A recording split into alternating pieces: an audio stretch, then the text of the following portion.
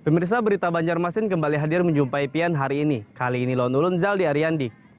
Sejumlah berita aktual dan beberapa informasi menarik lainnya telah kami siapkan. Berikut berita utama hari ini.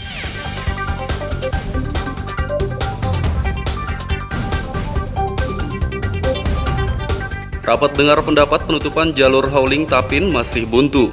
Asosiasi sopir akan tetap bekerja.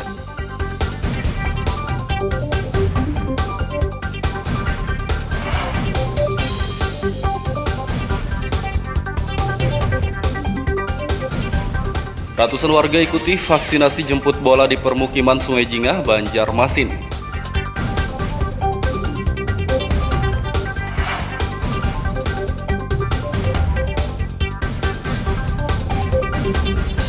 Puluhan peserta ikuti pawai kostum unik dari bahan daur ulang.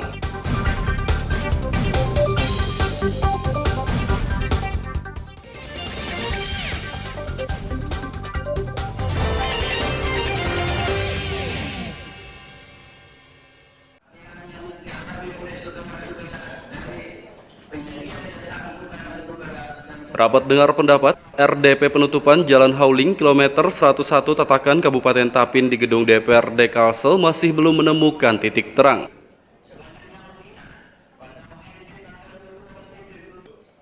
RDP digelar di kantor Dewan Perwakilan Rakyat Daerah DPRD Kalsel, kawasan Lambung Mangkurat, Banjarmasin Tengah pada Selasa siang.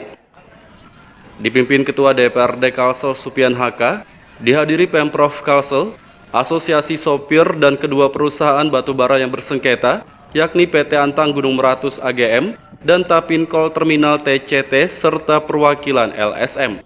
RDP yang berlangsung selama 5 jam tersebut masih saja buntu, bahkan suasana sempat memanas lantaran PT TCT hanya dihadiri oleh perwakilan saja.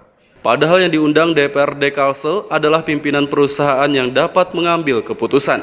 Ketua Asosiasi Sopir, Angkutan dan Tongkang Safi'i menegaskan, meski RDP belum menemui titik terang, pihaknya akan tetap bekerja karena sudah banyak hutang yang menumpuk. Lebih baik kerja kami daripada pengemis. Dan pengemis ini kalau dikasih kompensasi tidak bekerja, kami tidak menuntut dengan antang lah. Kami tidak meminta Pak Safi'i, tidak meminta menuntut apa? Antang korban. Masa uang dikorbankan? Kami meminta. Ya kan? Ya. Antang dikorbankan. Masa kami mau meminta? Berarti kami kejam daripada Aidit.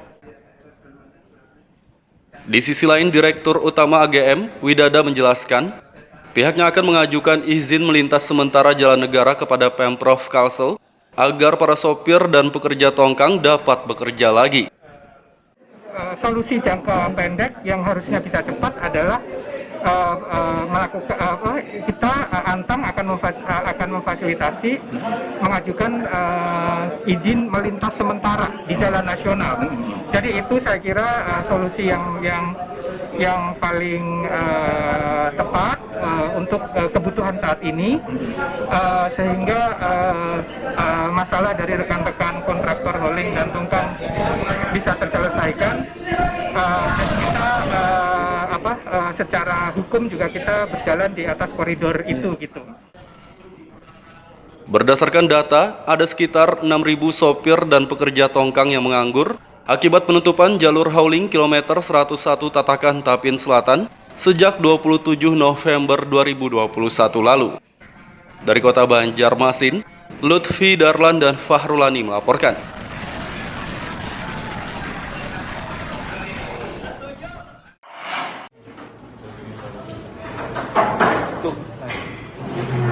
Sidang pra-peradilan penutupan Jalan Hauling kilometer 101 Kabupaten Tapin antara masyarakat anti korupsi Maki dengan Polda Kalsel ditunda.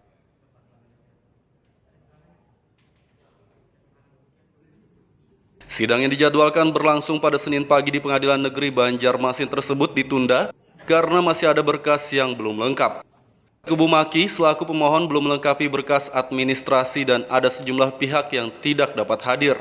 Sedangkan Polda Kalsel belum melengkapi surat tugas dari Kapolda. Kuasa hukum Maki Boyamin Saiman mengatakan, pihaknya akan melengkapi berkas administrasi dan memastikan kehadiran semua pihak terkait dalam gugatan ini pada sidang yang dijadwalkan ulang 17 Januari mendatang. Kita sudah mendaftar ke sini, maka patuh dan menghormati aturan yang di sini, dan aturannya tadi seperti itu, kami menghormati apapun proses yang diputuskan hakim. Meskipun ya hakim memang meminta persetujuan dari kita, tapi kita sudah sepakati, maka kita menghormatinya. Nah, dari proses ini kita akan malah justru makin mempersiapkan diri, nanti kita menunjuk advokat untuk persidangan supaya lebih lancar. Jadi tidak ada kendala-kendala lagi, dari 13 orang ada yang tidak hadir, nanti sidangnya ditunda lagi gitu. Tapi ini proses yang memang kita lalui, kita akan menunjuk advokat nanti untuk persidangan-persidangan berikutnya. Boyamin Saiman menambahkan meski sidang pra-peradilan tetap berjalan, ia berharap Polda Kalsel membuka garis polisi dan portal yang menutup jalur hauling kilometer 101 Tapin Selatan. Menurutnya selain berdampak terhadap ribuan sopir dan pekerja tongkang, penutupan jalur hauling juga mengakibatkan krisis batu bara untuk PLN. Dari kota Banjarmasin, Lutfi Darlan dan Fahrulani melaporkan.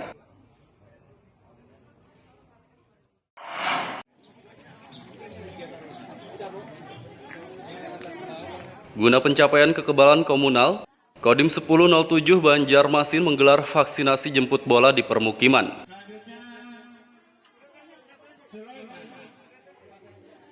Vaksinasi digelar di kawasan Jahri Saleh, Sungai Jingah, Banjarmasin Utara pada Selasa pagi. Ratusan warga antusias mengikuti kegiatan vaksinasi dosis pertama dan kedua yang menggunakan vaksin jenis Sinovac tersebut. Dijelaskan oleh Lurah Sungai Jingah, Jainuddin, warga yang mengikuti vaksinasi sekitar 75% dari jumlah penduduk yang bermukim di kawasan ini.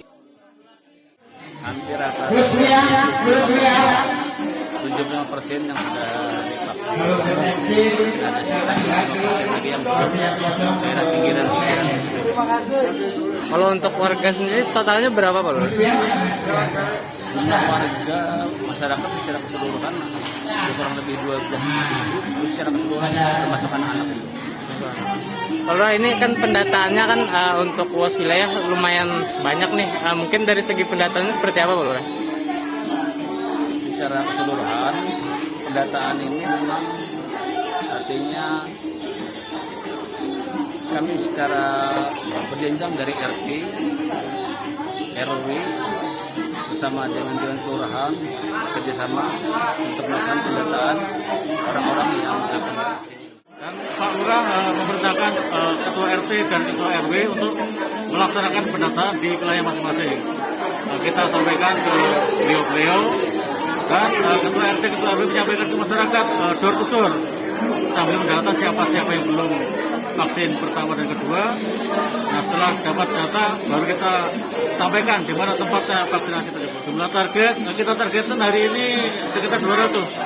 Kalau kemarin kan di RT 25 kita targetkan 150, ternyata melebihi target jadi 176. Mudah-mudahan target 200 ini kita tercapai. Kegiatan vaksinasi jemput bola ini juga boleh diikuti warga yang berdomisili di luar Kelurahan Sungai Jingah, namun harus memiliki KTP Kota Banjarmasin. Dari Kota Banjarmasin, Lutfi Darlan dan Hafiz Ar-Rahman melaporkan.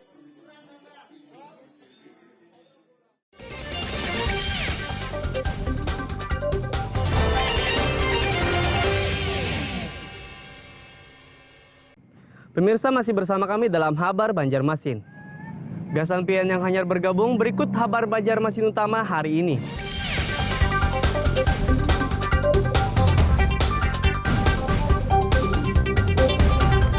Rapat dengar pendapat penutupan jalur hauling Tapin masih buntu. Asosiasi sopir akan tetap bekerja.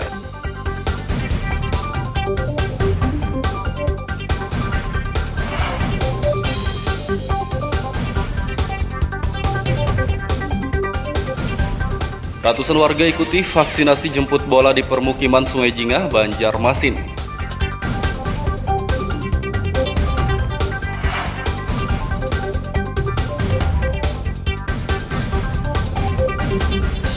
Puluhan peserta ikuti pawai kostum unik dari bahan daur ulang.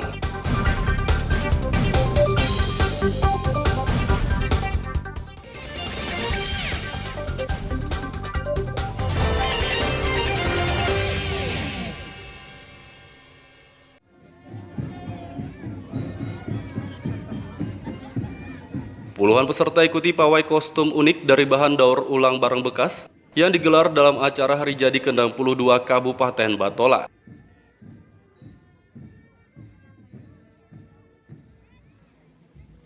Pawai digelar di lapangan 5 Desember Merabahan, Kabupaten Batola pada Selasa siang. Kegiatan digelar untuk memeriahkan Hari Jadi ke-62 Kabupaten Batola. Dengan memakai kostum unik dari barang bekas, mereka berjalan mengelilingi lapangan 5 Desember Merabahan. Salah satu peserta Ahmad menjelaskan, ia menghabiskan waktu 2 pekan untuk membuat kostum unik dari barang bekas ini. Ini tema pakaian apa yang dikenakan ini? Temanya dengan daur ulang dari karung sama bekas minuman yang biasanya buat es krim. Oke, berapa lama persiapannya kemarin? Persiapannya kemarin hampir 2 mingguan lebih kan. 2 minggu. Dari mana? Dari Kecamatan Dijangkit. Lulus sebagai Atak dari Tokuala 2021. Selain pawai unik dari bahan daur ulang, acara peringatan Hari Jadi Kabupaten Batola juga menampilkan tarian Mahelat Lebo dari suku Dayak Bakumpai. Dari Kabupaten Batola, Lutfi Darlan dan Ibrahim melaporkan.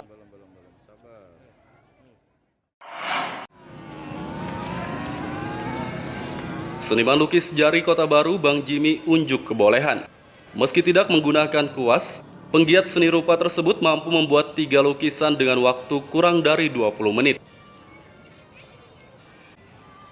Hanya menggunakan tangan dan jari-jarinya, Bang Jimmy menunjukkan kemampuannya memoles cat warna di kanvas kepada sejumlah awak media dan pengunjung di kawasan wisata Siring Laut Kabupaten Kota Baru. Pria bernama lengkap Rajimi Al-Husain ini juga melibatkan beberapa wartawan untuk memoleskan cat warna di kanvas dengan pola yang bebas. Pola tersebut kemudian dibentuknya menjadi berbagai objek seperti kapal. Dalam pertunjukan yang berlangsung di tepi pantai ini, ia mampu menyelesaikan 3 lukisan sekaligus dengan waktu kurang dari 20 menit. Sebelumnya penggiat seni rupa senior ini sudah lama menghilang. Ia berharap kehadirannya dapat membangkitkan kembali kesenian di Kabupaten Kota Baru. Dan coba lagi membangkitkan bahwa seni rupa itu tidak pernah hilang dan selalu ada. Saya menggambarkan 3 ekspresi sahabat-sahabat saya yang ada di sini. Saya hanya bisa menggambarkan dalam bentuk ini. Ekspresi yang awal dari saudara Ardiansa ini sangat menyentuh saya karena mungkin dia dengan perasaan dia juga menggores itu. Mudah-mudahan dia mampu bertahan hidup karena perahu yang dikemudikannya masih kokoh. Dan saya sangat berterima kasih pada rekan-rekan wartawan juga yang mensupport saya untuk tampil. Semoga ini menjadi ajang persahabatan dan kerekatan kita dalam berkarya, karena berkarya itu media juga berkarya, seniman juga berkarya. Ya, saya terima kasih dengan Bang Jimmy ya, pada umumnya sering dipanggil. Saya spontan aja mencoret itu. Kalau dikatakan itu perasaan mungkin ya, tapi itulah yang kenyataan yang pada adanya. Mudah-mudahan apa yang itu dilukiskan oleh Bang Jimmy itu menjadi kenyataan yang lebih baik ke depannya. Dan pesan saya untuk pelukis-pelukis, ada pemula atau yang sudah senior, mendekatlah bersama-sama kepada Bang Jimmy untuk menghidupkan pelukis atau seni-seni yang lain yang ada di Kabupaten Kota Baru. Insya Allah pemerintah daerah pasti mendukung. Salah satu upaya membangkitkan kembali kesenian di Kabupaten Kota Baru, Bang Jimmy juga menggelar pameran lukisan karya-karyanya di depan gedung Dewan Kesenian Daerah DKD kawasan Siring Laut. Dari Kabupaten Kota Baru, Lutfi Darlan dan Fauji Rahman melaporkan.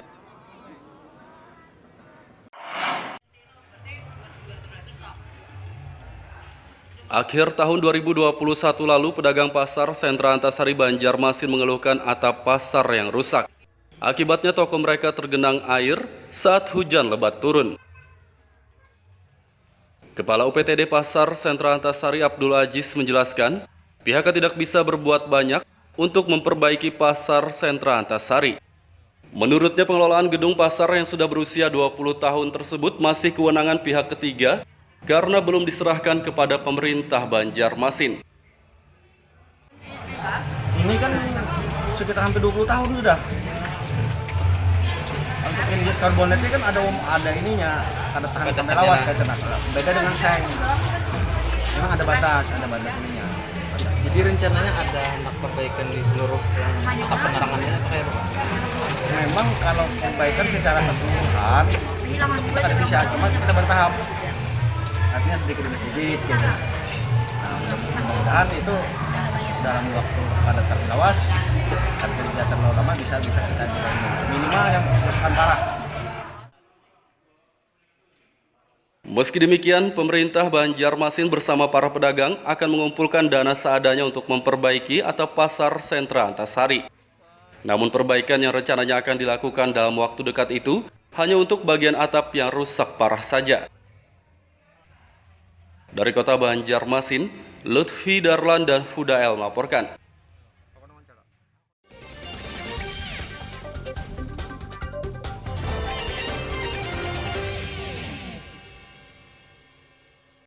Pemirsa masih bersama kami dalam Habar Banjarmasin. Gasan pian yang hanyar bergabung, berikut Habar Banjarmasin utama hari ini.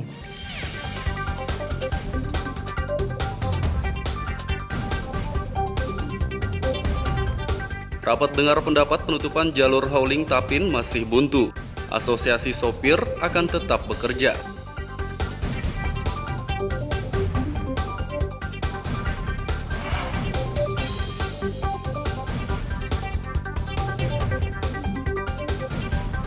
Ratusan warga ikuti vaksinasi jemput bola di permukiman Sungai Jingah, Banjarmasin.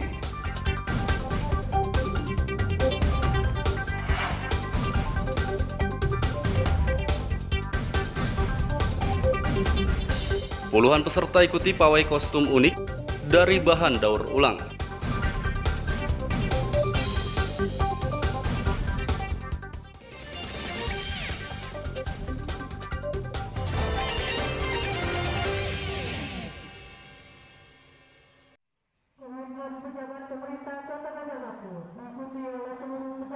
Kepala SKPD di lingkup pemerintahan Kota Banjarmasin yang telah menjabat lebih dari 5 tahun, rencananya akan direposisi atau digeser ke SKPD lainnya.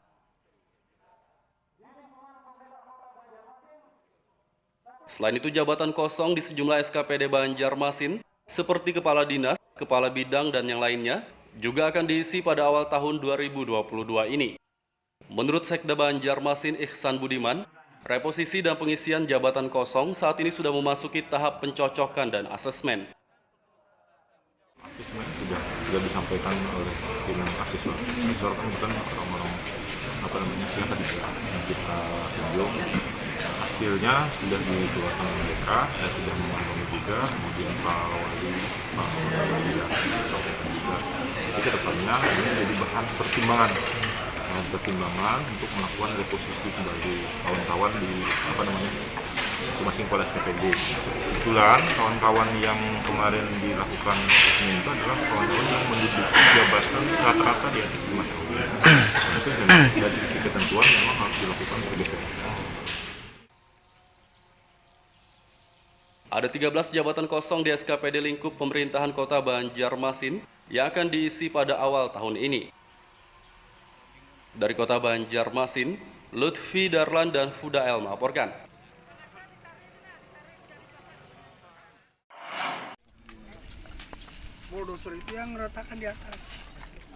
Peningkatan volume sampah pada malam tahun baru di Kota Banjarmasin ternyata tidak sesuai dengan prediksi Dinas Lingkungan Hidup setempat.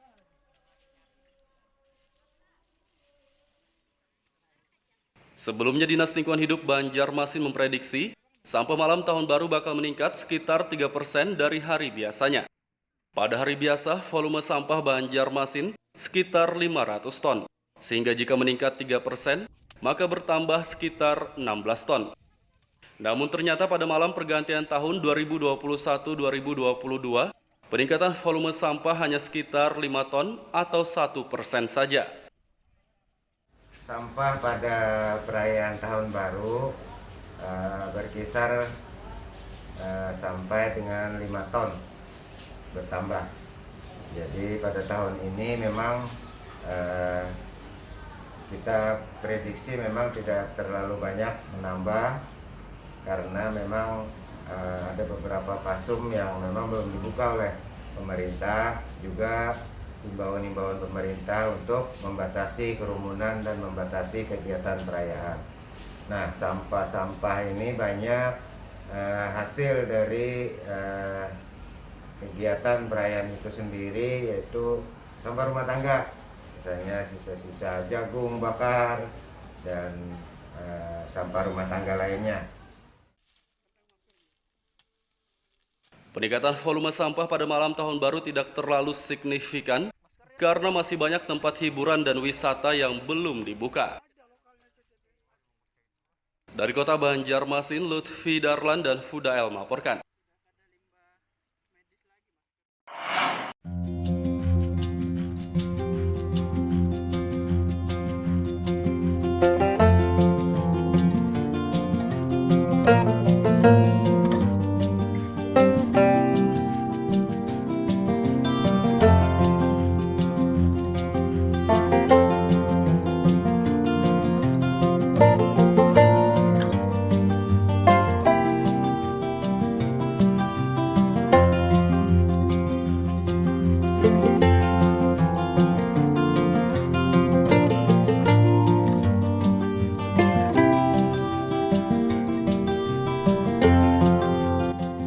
Menjamurnya alat pancing ikan modern ternyata tidak menggusur keberadaan alat pancing tradisional. Alat pancing berbahan bambu ini tetap diminati oleh para pemancing di Kalimantan, dan usaha pembuatannya tetap berjalan dan cukup menjanjikan.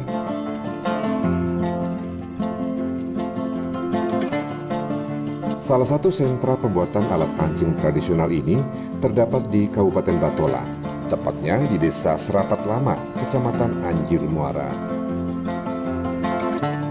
Usaha pembuatan alat pancing di desa ini ditekuni oleh puluhan petani dan merupakan usaha yang dijalankan secara turun-temurun.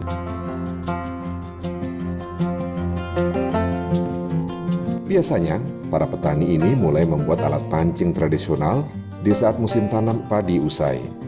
Cara pembuatan alat pancing tradisional berbahan bambu ini adalah petani terlebih dahulu menebang bambu yang berumur cukup tua dan berukuran yang sesuai dengan alat pancing. Proses pembuatannya cukup mudah. Bambu yang telah ditebang dibersihkan dari ranting dan daun-daun, kemudian dijemur selama 1 minggu.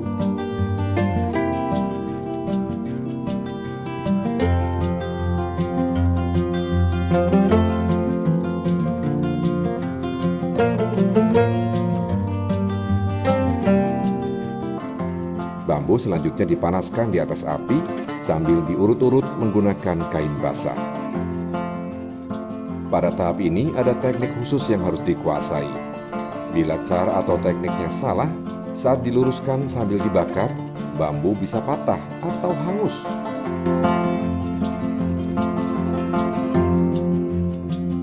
Oh, ada juga tekniknya, usut-usutannya nah. Emang ada yang bisa patah lainnya gitu nah. Tahu ada pas di terlalu panas mungkin bilang. Terlalu panas kan hangatnya.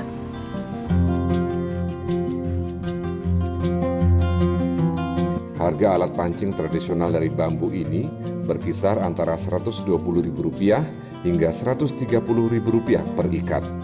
Biasanya, tiap ikat berisi 50 batang.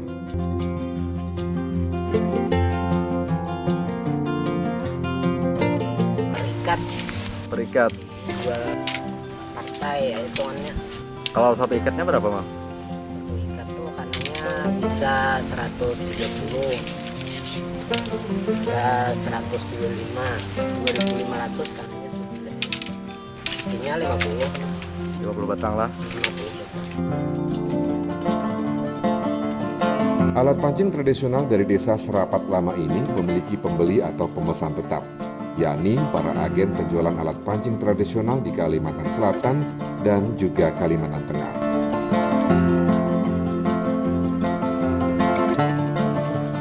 Demikian laporan Muhammad Lutfi Darlan dari Batola.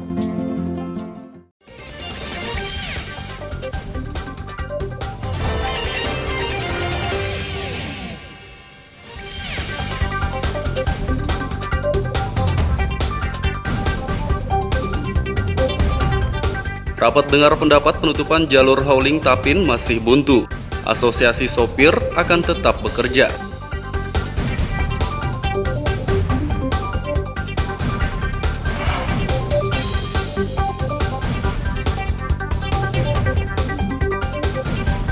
Ratusan warga ikuti vaksinasi jemput bola di permukiman Sungai Jingah, Banjarmasin.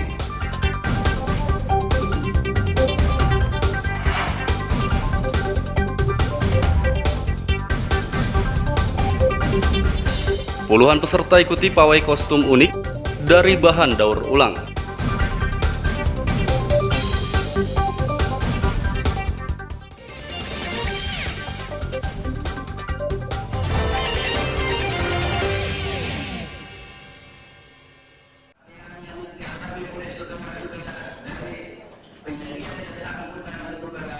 Rapat dengar pendapat RDP penutupan Jalan Hauling kilometer 101 Tatakan Kabupaten Tapin di gedung DPRD Kalsel masih belum menemukan titik terang.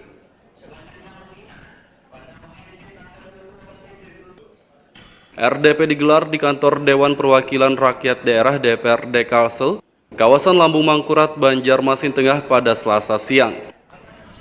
Dipimpin Ketua DPRD Kalsel Supian Haka, dihadiri Pemprov Kalsel, Asosiasi Sopir dan kedua perusahaan batubara yang bersengketa, yakni PT Antang Gunung Meratus AGM dan Tapinkol Terminal TCT serta perwakilan LSM.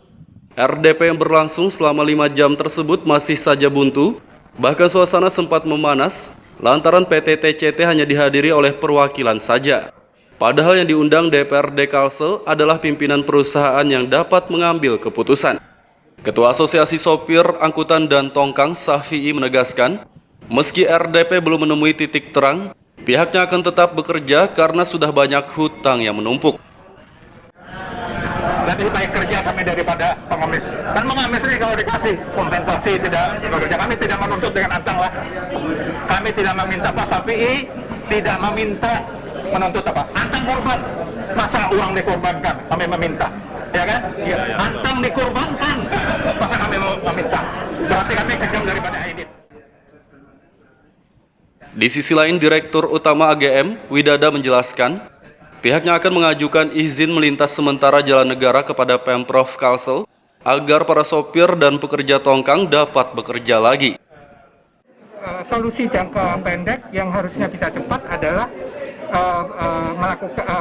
kita Antang akan memfasilitasi mengajukan izin melintas sementara di jalan nasional. Jadi itu saya kira solusi yang paling tepat untuk kebutuhan saat ini, sehingga masalah dari rekan-rekan kontraktor hauling dan tongkang bisa terselesaikan. Kita secara hukum juga kita berjalan di atas koridor itu gitu. Berdasarkan data, ada sekitar 6.000 sopir dan pekerja tongkang yang menganggur akibat penutupan jalur hauling kilometer 101 Tatakan Tapin Selatan sejak 27 November 2021 lalu. Dari kota Banjarmasin, Lutfi Darlan dan Fahrulani melaporkan.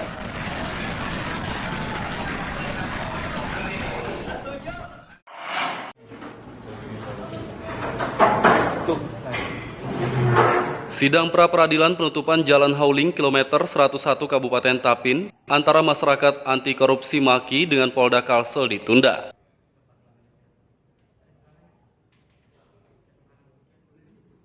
Sidang yang dijadwalkan berlangsung pada Senin pagi di Pengadilan Negeri Banjarmasin tersebut ditunda karena masih ada berkas yang belum lengkap.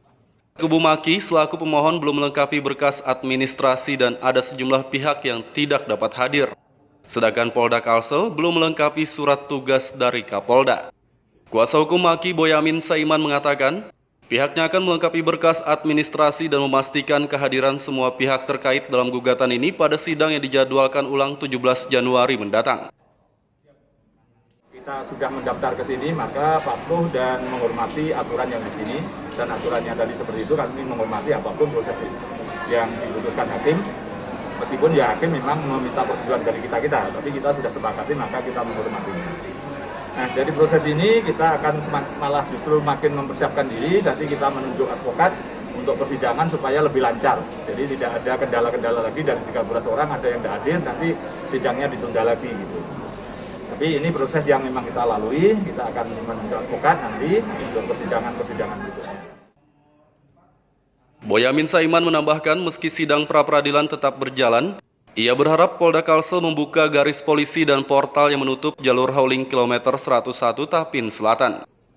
Menurutnya selain berdampak terhadap ribuan sopir dan pekerja tongkang, penutupan jalur hauling juga mengakibatkan krisis batu bara untuk PLN. Dari kota Banjarmasin, Lutfi Darlan dan Fahrulani melaporkan.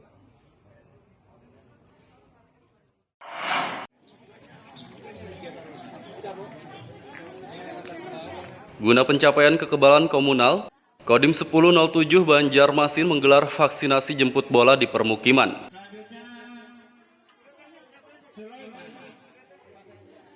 Vaksinasi digelar di kawasan Jahri Saleh, Sungai Jingah, Banjarmasin Utara pada Selasa pagi. Ratusan warga antusias mengikuti kegiatan vaksinasi dosis pertama dan kedua yang menggunakan vaksin jenis Sinovac tersebut. Dijelaskan oleh Lurah Sungai Jingah, Jainuddin, warga yang mengikuti vaksinasi sekitar 75% dari jumlah penduduk yang bermukim di kawasan ini. Hampir rata 75% yang sudah divaksin. Ada sekitar 5% lagi yang belum daerah pinggiran. Kalau untuk warga sendiri totalnya berapa Pak?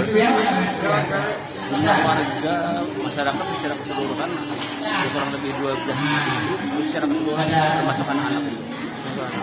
Kalau ini kan pendataannya kan untuk luas wilayah lumayan banyak nih. Mungkin dari segi pendataannya seperti apa Pak Lurah?